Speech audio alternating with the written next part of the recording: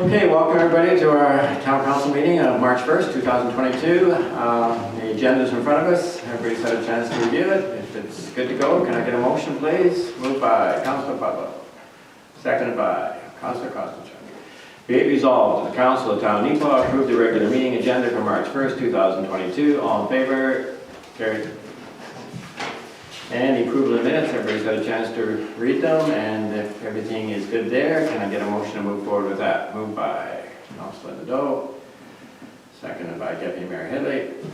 Be it resolved, the Council of Town Neepawa approve the minutes of the regular meeting held February 15, 2022, as circulated. All in favor?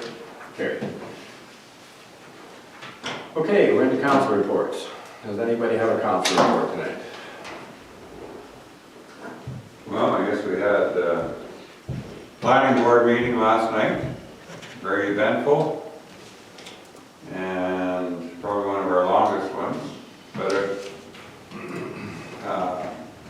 the one thing I'd like to say about the planning board is that it's a very positive group of councillors from the surrounding area that are all working together to keep up with this expansion that our community is doing.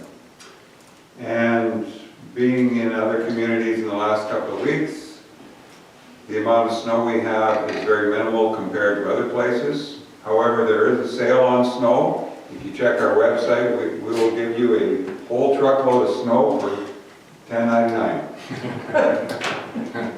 Perfect. Thank you, Murray.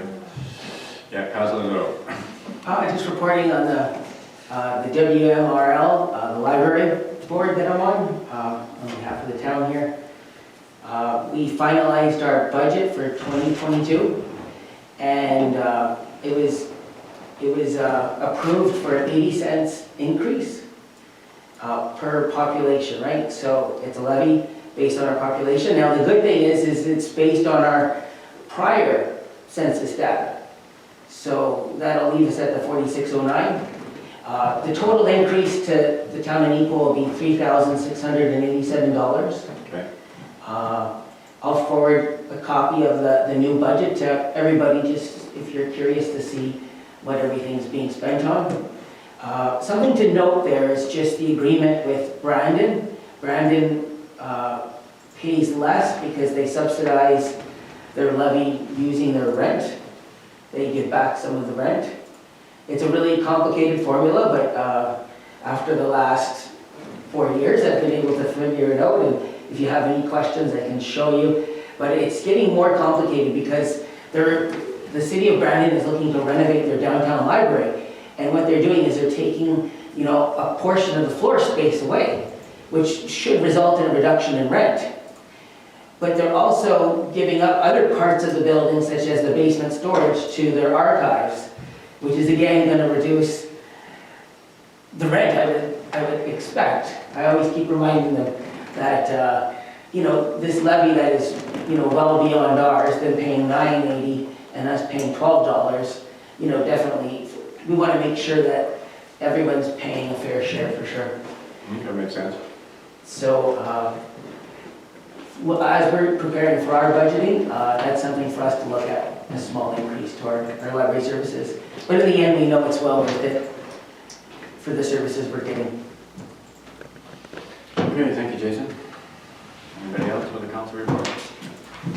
Yes, the county courthouse met on Friday. We didn't have enough members of councils to actually make a quorum, but we did have some architects out to do some early conversations with the courthouse, how we can maybe look at better usability of the building, and we can look at potentially improving accessibility to the facility.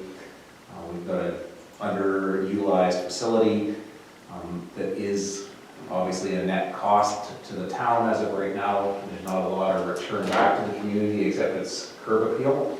So we're trying to look at ways in which we can get some more revenue out of that, as well as, like I said, just improve the functionality of that building. So early stages, but on Friday we started. I guess that's the first part. So you got to start someplace. Yeah. No, that's good. Thank you. Just an announcement or a request, the Neepawa Fire Department is looking at adding volunteer firefighters. So if you are interested in something like that, if you live within 5 kilometers of Neepawa, over the age of 18, if you're physically able to participate, you have a clear criminal records check, valid driver's license, you can attend 2 practices a month, attend at least 50% of the calls. If you're supported by your family to be a firefighter or by a local business that you're involved with, you get to operate out of a brand new fire hall, soon to be able to ride around in a new fire truck. So if you're interested in something like that, we have applications at the town office here. Okay, perfect, thank you. And 50%, and if you take 50% of those calls, on average, Neepawa sees just over 70 calls a year, so that would be 35 calls a year as far as a commitment in terms of service, so. They're mostly alarms. Yes, so if you're wondering what that commitment looks like, yes. Councilor Koskachuk. Yes, yesterday we met via Zoom with the Handy Transit Program. We had the interview, the town had the interview with the review board that is doing our handy van review, and it went really well. They asked some great questions. It's a program that's really looking at sustainability and the function, and they're just trying to make it better and look at the usage, how they can improve it, and it's going for quite well. Yeah, it was a good meeting. Yeah, I was part of that too. Yeah, no, it was a good meeting. Yeah, you're right. They asked lots of good questions, and they're working their way through all the municipalities and ourselves. And No, that's good. Okay, that's it for our council reports. Manager of Operations, Denise. Well, it's been fairly quiet. Short of snow removal, so I did a pretty thorough cleaning of the downtown and all the commercial sector. Contractors have now been working on widening out some of the residential streets. A little more tedious and slow that way just due to cars parked, everything else. So they're picking away at hill zones, and I think we've had the dozer and snow dump site about 5 times now to pile everything up, so it's become quite a mountain there. Other exciting news is that the bridge tender for Park Lake Drive is closing on Monday. So hopefully we'll see some competitive bids on that one. We can see some action on new construction of a new bridge for us there. Get the bird sanctuary. So again, this closes March 7th. That's everything gone. So how long after the tender closes do you think they could actually? No clue there. So once they do tender close, we'll find what there. We'll find who successful bid is. We'll go through the competencies, ensure that everyone's compliant within their bids. And at that point, then they'll set up a pre-construction meeting. From there, we'll get a construction schedule they'll have to provide us. They should have provided one within their bid submission. So we'll see the schedule layout within that. Can you go back to Park Lake for a minute? I just had a couple of people talking to me, and now that there's activity going on down there, and I know we talked about it before, but can you just kind of revisit that or just tell us like what they're actually doing there right now? So right now, we're doing the riprap haul. So essentially, they're just pre-hauling all the stone they're going to need as erosion control measures for the interior of the bank once the lake is refilled and rebuilt and all the dikes are redone. They're also hauling in the stone riprap for the bottom side of the weir. So when that's reconstructed, we've got all that stone in place now. So it seems like there's lots going on right now, but it's going to kind of hit pause for a little bit once they finish the stone work. They've hauled 100% of the 350 class rock in, so now they're working on the bigger classes of rocks. We'll see bigger stones starting to come in there. I've seen boulders come in. As far as I know, I did an inspection of the tree dump site, so they've completed the tree scrubbing portion of all the banks on the site now. So that aspect of the contract is complete, so now we're strictly back into the riprap haul. They completed the installation of the crossing through the bit of a creek we have flowing through there now, so they can access either side of it for control work. And I believe should see, hopefully this will all complete within the month of March for the last of the rock to be hauled in. So that it's going to sit there, and the water's going to come in the spring, Yep. and it's going to flow through. You bet. And because there's no dam or anything like that, so like I don't think people maybe quite understood that. It's still going to be there, and the water's going to go through, and then. Yep. Hopefully it doesn't wash out the little approach they built. Exactly. Because they are predicting a bit of a flood. Yeah. So we'll see what kind of mount looks like. Okay, that's good. Can I just compliment the town staff for the work that they did do? I know I've been hassling you about Brown and Main, but I want to compliment the town staff who took care of provincial areas of responsibility and made that intersection safe again. Yeah, I want to thank the crew for that. We went and did that one, a few more I'd like to go and shoot them a tackle, basically the intersection of Mountain Avenue as well. It's Yes. a little rough for pedestrians because there's a big mountain that I climb over now and that whole zone just keeps getting filled up every time, so. Absolutely, but the guys, the crew, they did a fantastic job, and it's made a night and day difference in that area of town. Good. Yeah, no, I agree. Okay, thank you, Denise. Okay, correspondence. Colleen, the Manitoba Public Insurance. So every year, the Manitoba Public Insurance Company takes a look at what they provide for amounts for basic and complex firefighting payments. So what these relate to is if there is an incident on a provincial highway that is in your jurisdiction and the drivers are not residents of your area, you're able to make a claim through Manitoba Public Insurance as a firefighting claim for attending the scene and performing services. So on March 1st every year, these normally change, usually based on the prior year CPI plus 1%. So effective March 1st, 2022, the basic call rate will increase from $896 to $935, and the complex call rate will increase from $1,197 to $1,249 based on the CPI rate 3.3, and adding 1% would be a 4.3% increase. Just so you know, the monies they give you do not equate to a sufficient dollar value when you're looking at a particular call. They are far superior to what the actual cost is, but it definitely helps towards bearing the burden of the cost of running the fire service. We have those stats, Colleen. What is the average cost of a call dispatched with our fire department? I don't have it right here with me. I would give you an average of $2,500 a call. Yeah. To our fire service. And that changes every year because we base it on fee-for-service, our expenditures we input into our budget, the number of calls they attend, and we extrapolate all that data across the hours, the man hours, and the calls, and that's how we eventually bill Merced Langford for the share of the Langford portion that we do the fire service for. So fee-for-service really is what it is, and like I say, the 900 that we might attend a motor vehicle incident on the highway, we get back $896 for a call that technically by the time you dispatch 2 units and all the guys and the cost of running the service, so it's far cry to the $2,500 that it actually costs, but it's something. Okay. Finance, year-end surplus transfers, Colleen.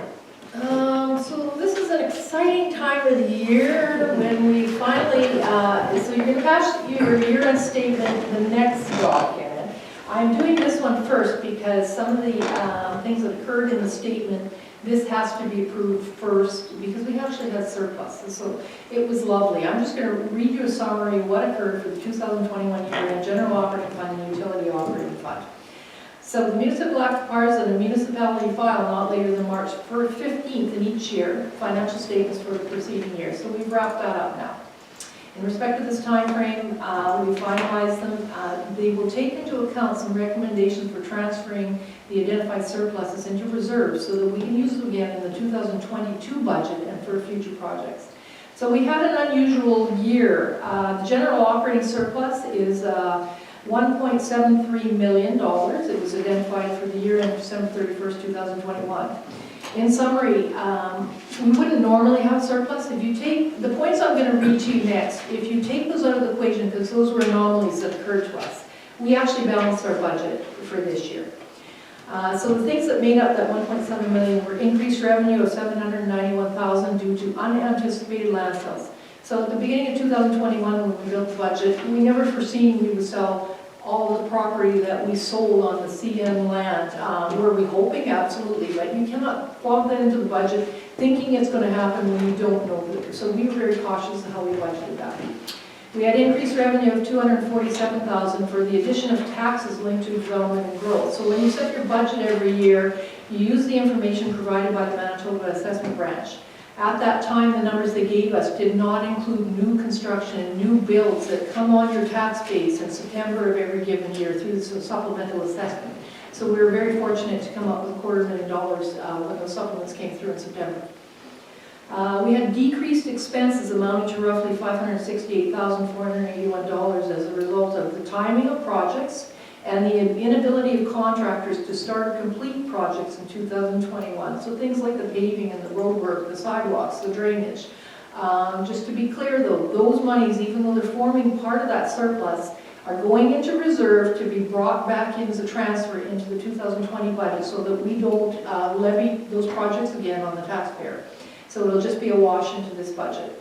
And then we also had a varying degree of decreased expenses and revenues related to effects of the pandemic. You know, less revenue at the campground, maybe a little less revenue at the swimming pool, expenditures for maybe supplies. So rather than list, 24 items, it was just, a little bit of offsets within the budget.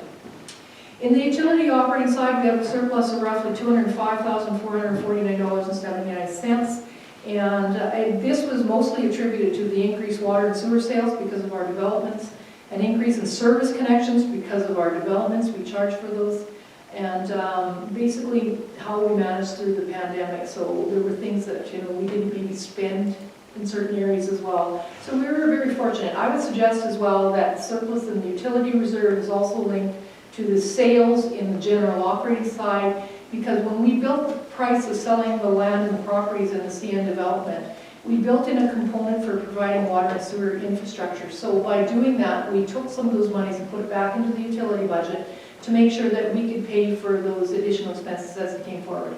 So very, very fortunate to have the surpluses that we had for this year. So we are recommending, based on knowing what we need to spend for projects or protection for our future coming up, we are recommending from the general operating fund, we put basically $1.1 million into the building and land reserve. From the general operating fund into the general reserve, $627,000, and into the utility operating fund, the utility operating reserve for water, $200,000 to $205,000 from utilities. So if you're in agreement with those transfers, we would like a resolution to make that final into our year-end statements. Any questions, any comments? Okay, we'll move forward to that resolution. Moved by Councilor Gerard, seconded by Councilor Constantine. Be it resolved that we approve the transfer of the unaudited general operating fund and utility operating fund surpluses for the year ending December 31st, 2021 into the following reserve accounts. $1,103,012.01 from the general operating fund to the building and land reserve. $627,689 from the general operating fund to the general reserve, and $205,449.79 from the utility operating fund to the utility water reserve. All in favor? Carried. Okay, we are into December accounts, financial statement. Everybody's had a chance to review those. Can I move forward with the resolution? Moved by Councilman Nadeau. Second by Deputy Mayor Headley. Be it resolved that we approve the unaudited financial statements for the year ending December 31st, 2021. All in favor? Carried. And the accounts for February 2022. Had a chance to review those. Can I get a motion on that? Moved by Councilor Gerard, seconded by Councilor Costichuk. Be it resolved that we approve the accounts for February 2022 totaling $1,394,927.03 as reviewed, and representing checks 2022-00195 to 2022-00337, but excluding 2022-00197 and 2022-00214 and 2022-00296. All in favor? Okay. A lot of twos. Councilor Gerard, Deputy Mayor Headley excusing themselves from conflict. We'll we'll move forward with, if everybody's had a chance to review the accounts on home hardware and co-op. Can I get a motion, please? Moved by Councilor Pudlow, seconded by Councilor Kostenchuk. Be it resolved that we approve check 2022-00197 and 2022-0214 and 2022-00296 for February 2022 to Home Hardware and Neepawa Town Council totaling $4,298.88. All in favor? Carried.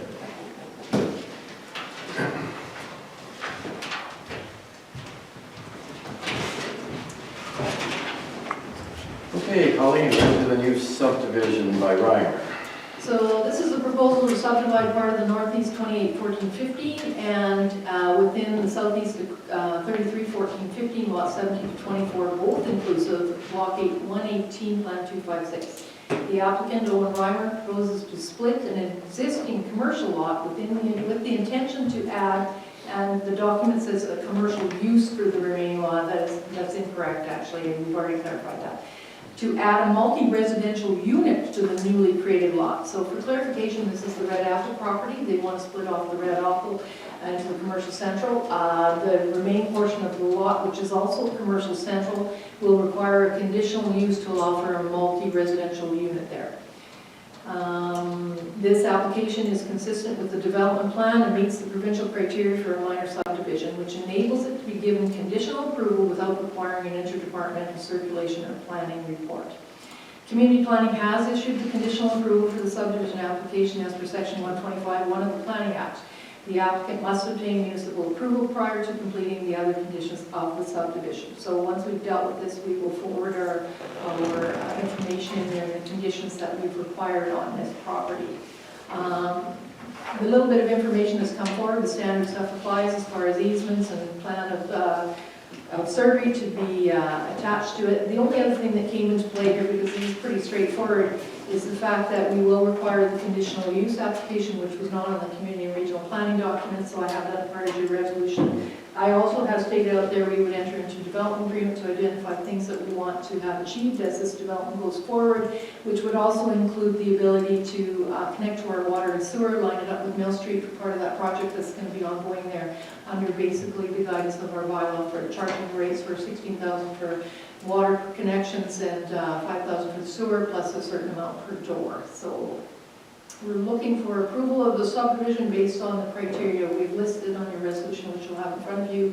And if there are other conditions you would like to attach, we would put those in a development agreement. Yeah, Just a quick question, just because it is in our commercial district, and when we are approving buildings, especially when we start talking for housing in that same district, we're obviously going to have the parking requirements associated with that. Is there any expectation of some frontage of retail space because it is in that commercial district, or is that going to be okay because of the fact that the Red Apple is in front of it? Yes, so when you're talking 50% commercial base on your front, that's fronting on your street, Okay. basically. So because this would be to the, you're looking at Red Apple, it's going to be actually onto the backside of the property there. There is no requirement for the 50% commercial frontage. Great, just want to make sure that we're covered off on that. And of course, if they get to the point after this is subdivided and they know what they're going to build, they need side variances for any particular reason, or they need to modify the parking. The limited information we have at this point, should they move forward, I think they just want to split the lot for now. It would be such that they would have to come for variances should they require anything outside zoning bylaws. Great, thanks. So if they wanted to move forward this year, Denise, there would be no problems with the water and sewer? No, we've been definitely both in discussion with them for, close to a year now, I guess. Right. So glad to see that the solution process is going through right now. Okay, perfect. Okay, if there's nothing else, we will move forward with this resolution. Moved by Councilor Liddell. Seconded by Councilor Kostenchuk. Be it resolved that we approve subdivision 4437-228376 of Owen Reimer on behalf of 10031-344 Manitoba Inc. to subdivide lot 17 to 24, inclusive block 118, plan 256 in northeast 28 and southeast 33-14-15W to allow for the splitting off of an existing commercial lot with the intention of repurposing the new lot for multi-residential use. Be it further resolved that this approval be subject to a conditional use order allowing for the construction of a multi-resident unit in the commercial central zone, and a development agreement which shall outline applicable requirements, including the servicing of the new lot with water and sewer to the property line under the terms of the bylaw 3204-21 at the base cost of $21,000, plus an amount of $2,250 for every additional door to be constructed as a separate dwelling unit. All in favor? Carried.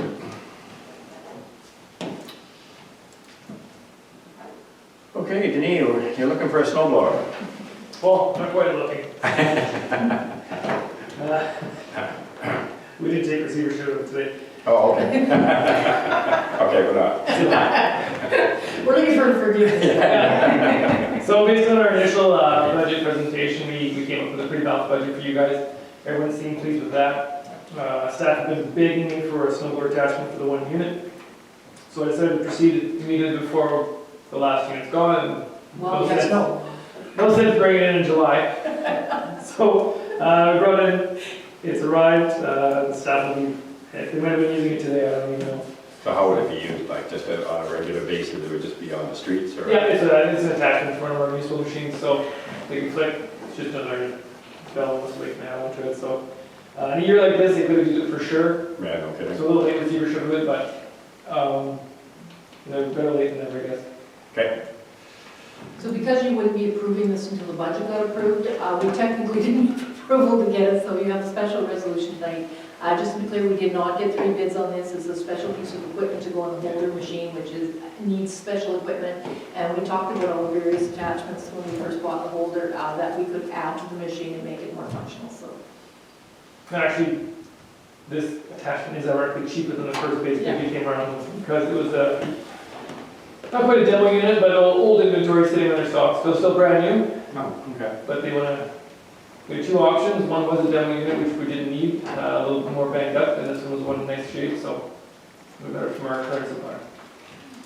Okay. Nothing else? We'll move forward with the resolution. Moved by Deputy Mayor Head. Seconded by Councilor Perry. Be it resolved that we approve the purchase of a 51-inch PTO-driven holder snow blower for $17,995 plus taxes. All in favor? Carried. Okay, I think we're into bylaws, second and third readings, right, Colleen? That's on the capital assessment management. Is there anything we need to add to that before we move forward on them, or? I'm gonna get you all went home and read your 130 pages of your capital asset management. Any questions? What did it say on page 82? Spoilers. Okay, if we have no comments, can we move forward with the resolution? Or the second reading, moved by Councilor Costinger, seconded by Councilor Pundle. Be it resolved that bylaw number 3211-22, being a bylaw of the town of Neepawa to establish a program to sustainably manage the capital assets of the town of Neepawa, be now read for a second time. All in favor? Carried.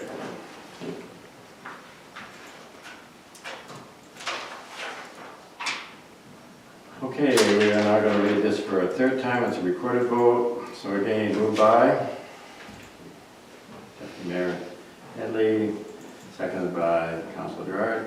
Be it resolved that bylaw number 3211-22, being a bylaw of the town of Neepawa to establish a program to sustainably manage the capital assets of the town of Neepawa, be now read for a third time and passed. All in favor? That was a unanimous vote.